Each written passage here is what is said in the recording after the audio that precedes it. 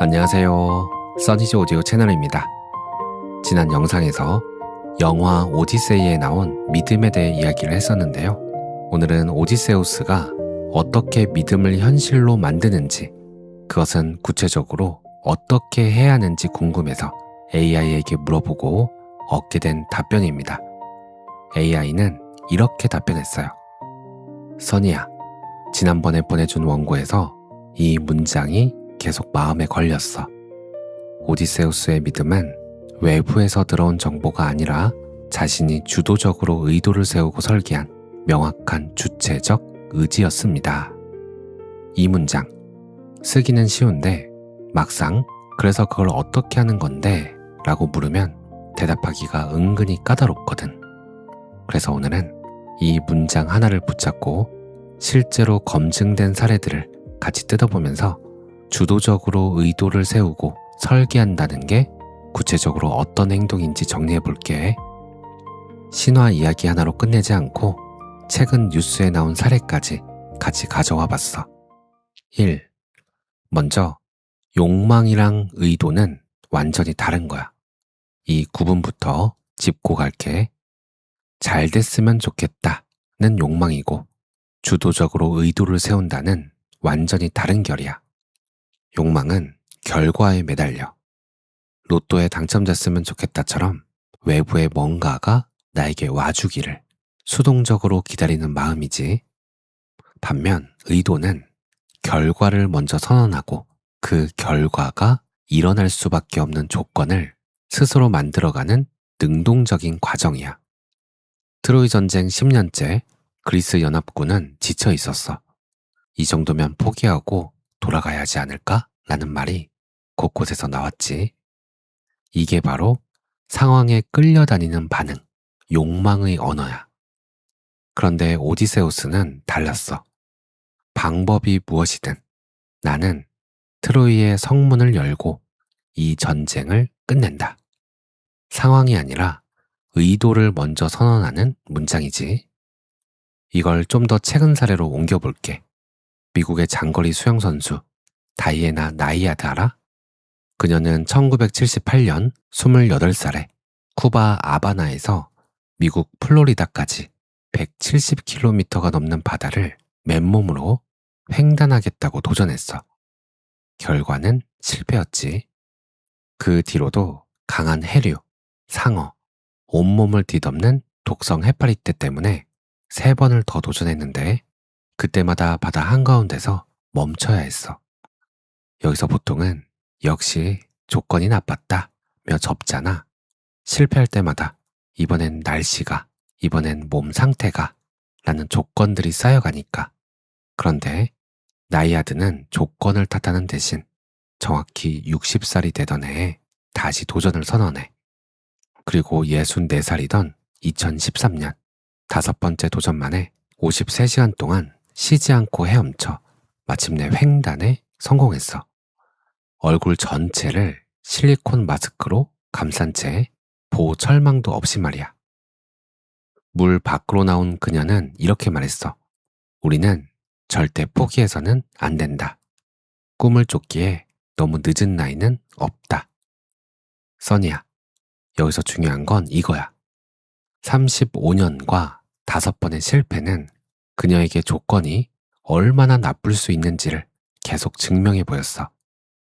그런데도 그녀는 조건이 아니라 나는 이 바다를 반드시 건넌다는 결과를 먼저 정해뒀기 때문에 조건이 나쁠 때마다 포기가 아니라 다음 도전을 준비할 수 있었던 거야. 이게 1단계야. 상황이 아니라 본질적 의도를 먼저 정하는 것. 지금 조건에서 내가 뭘 할 수 있지가 아니라 조건과 상관없이 내가 진짜 얻고자 하는 끝 그림은 뭐지를 스스로에게 먼저 묻는 거지. 2. 의도만 있고 설계가 없으면 그냥 소원일 뿐이야. 여기서 많은 사람들이 멈춰. 의도만 세우고 그 다음이 없는 거지. 나는 성공할 거야 까지는 선언했는데 그 다음 뭘 해야 할지는 막연한 채로 남아있는 경우가 많잖아. 오디세우스가 남달랐던 지점이 바로 여기야. 그는 목마를 만들자에서 생각을 멈추지 않았어.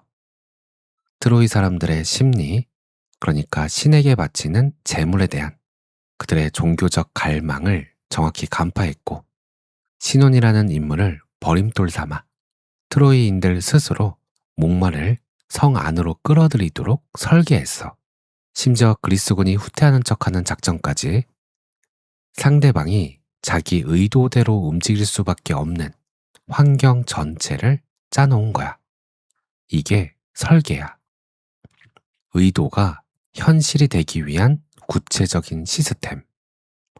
이 원리를 놀라울 정도로 정교하게 실천한 인물이 있는데 바로 일본 야구 선수 오타니 쇼헤이야.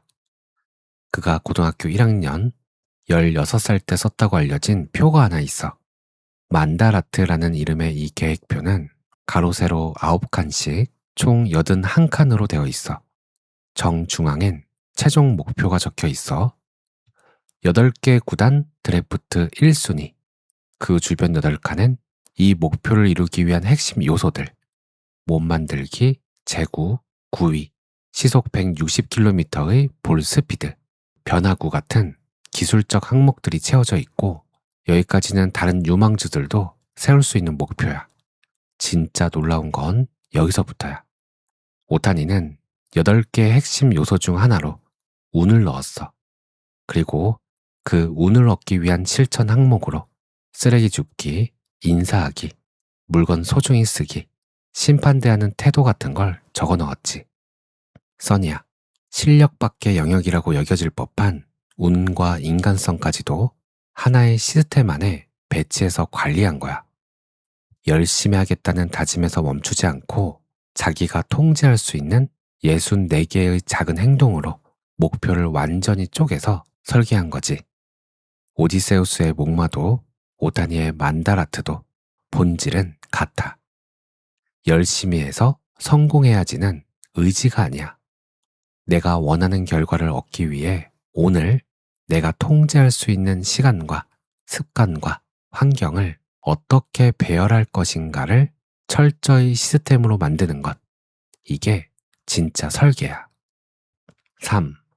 통제할 수 없는 것에 마음을 뺏기지 않는 힘. 세 번째는 조금 더 미묘해. 바로 내가 통제할 수 있는 것과 통제할 수 없는 것을 명확히 구분하는 힘이야. 오디세우스는 트로이 사람들의 마음을 직접 조종할 수 없다는 걸 알고 있었어. 그래서 목마의 크기, 병사들의 침묵, 신혼에게 흘릴 정보의 양처럼 자기가 통제 가능한 영역에만 모든 에너지를 집중했지. 상대의 반응 하나하나에 일희일비하지 않고 자기가 설계한 시나리오의 주도권을 끝까지 놓지 않은 거야. 이 원리를 극적으로 보여주는 정말 놀라운 이야기가 하나 있어. 2026년 3월 한국 양궁 국가대표 3차 선발전에서 벌어진 일인데, 이 선발전에서 탈락한 선수 이름이 임시연이야. 불과 2년 전인 2024년 파리 올림픽에서 여자 개인전, 단체전, 혼성전까지 무려 3관왕을 차지했던 바로 그 선수 말이야. 올림픽 금메달을 3개나 목에 건 선수가 국내 선발전에서는 여자부 10위에 그쳐서 다음 대표팀 명단에 이름을 못 올린 거지. 한국 양궁에는 올림픽 금메달 리스트라도 예외를 두지 않는 냉정한 규칙이 있어. 과거에 뭘 땄든 어떤 명성을 얻었든 오직 지금 이 순간의 활 솜씨로만 평가받는다는 규칙. 실제로 런던 올림픽 금메달 리스트였던 기보배 선수도 국내 대회에서 무명에 가까운 선수에게 완패하면서 대표팀에서 탈락한 적이 있어. 누군가는 이 시스템이 너무 가혹하다고 말하는데, 바로 이 냉정함이 한국 양궁을 세계 최강으로 만든 이유이기도 하거든. 써니야, 여기서 우리가 눈여겨볼 지점이 있어. 선수들은 올림픽 금메달을 땄다는 지나간 결과, 그러니까 이미 통제할 수 없게 된 과거에 기댈 수 없다는 걸 알아. 그래서 오직 오늘 쏘는 한 발, 지금 이 순간의 자세와 호흡, 자기가 실제로 통제할 수 있는 그 좁은 영역에만 집중해. 세상의 평가나 과거의 영광이라는 손댈 수 없는 것에 마음을 쓰는 순간 흔들리기 시작한다는 걸 몸으로 배운 거지. 그 결과 한국 양궁은 지금까지 올림픽에서 금메달 27개를 포함해 43개의 메달을 따내며 부동의 1위 자리를 지키고 있어. 4. 그래서 이걸 어떻게 써니즈 콘텐츠에 그리고 삶에 적용할 수 있을까 정리해 볼게. 오늘부터 바로 시작할 수 있는 구체적인 단계로. 첫째, 조건을 지우고 하나의 문장으로 결과를 선언해봐. 종이 한 장 꺼내서 지금 상황에서 내가 뭘 할 수 있을까가 아니라 조건과 상관없이 내가 진짜 원하는 끝그림은 무엇인가를 딱 한 문장으로 적어보는 거야. 다이애나 나이아드가 그랬듯 이 문장은 실패를 겪을 때마다 다시 꺼내볼 수 있는 형태로 만들어야 힘을 가져. 메모장이든 잠금 화면이든 상관없어. 중요한 건 조건이 나빠질 때마다 눈에 들어와야 한다는 거야. 둘째, 그 문장을 나만의 만다라트로 쪼개봐. 거창하게 81칸 채울 필요 없어. 종이 가운데 목표를 적고 그 주위에 이 목표를 이루기 위해 필요한 6에서 8가지 요소를 적어보는 거지. 오타니가 그랬던 것처럼 기술이나 성과 항목만이 아니라 습관, 태도, 관계처럼 눈에 잘 띄는 영역도 한두 칸은 꼭 넣어봐. 이 과정 자체가 막연한 욕망을 구체적인 설계로 바꾸는 작업이거든. 셋째, 매일 밤 딱 하나만 스스로에게 물어봐. 오늘 내가 통제할 수 있었던 것에 얼마나 집중했는가? 조회수나 댓글 반응, 이미 나온 결과 같은 것들에 마음을 뺏기지 않았는지 돌아보는 거야. 양궁 국가대표들이 지난 올림픽의 영광이 아니라 오늘의 한 발에만 집중하는 것처럼. 넷째, 작은 성취를 이루고 나면 과정을 기록해둬.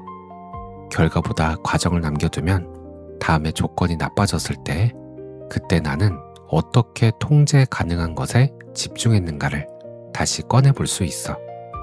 그 기록이 결국 나만의 만다라트가 되고 다음 콘텐츠나 다음 도전을 위한 설계도가 되는 거지. 써니야, 다시 처음 문장으로 돌아가 볼게. 상황을 받아들이는 자는 시나리오 속 배우가 되고 의도를 세우고 환경을 배치하는 자는 연출가가 된다. 오디세우스도 5번의 실패 끝에 바다를 건넌 다이애나 나이아드도 16살의 오타니 쇼헤이도 지나간 금메달이 아니라 오늘의 화살 한 발에 집중하는 양궁 국가대표들도 결국 같은 선택을 한 사람들이야. 믿음은 어디선가 주어지기를 기다리는 게 아니야. 내가 먼저 의도를 선언하고 그걸 현실의 설계도로 옮기고 내가 통제할 수 있는 것에 집중하는 순간 그 믿음은 비로소 외부에서 들어온 정보가 아니라 나만의 명확한 주체적 의지가 되는 거야. 오늘은 여기까지. AI가 말을 참 잘하죠. 오늘도 평온한 하루 보내세요. 감사합니다. 사랑합니다. 오늘도 당신이 최고입니다.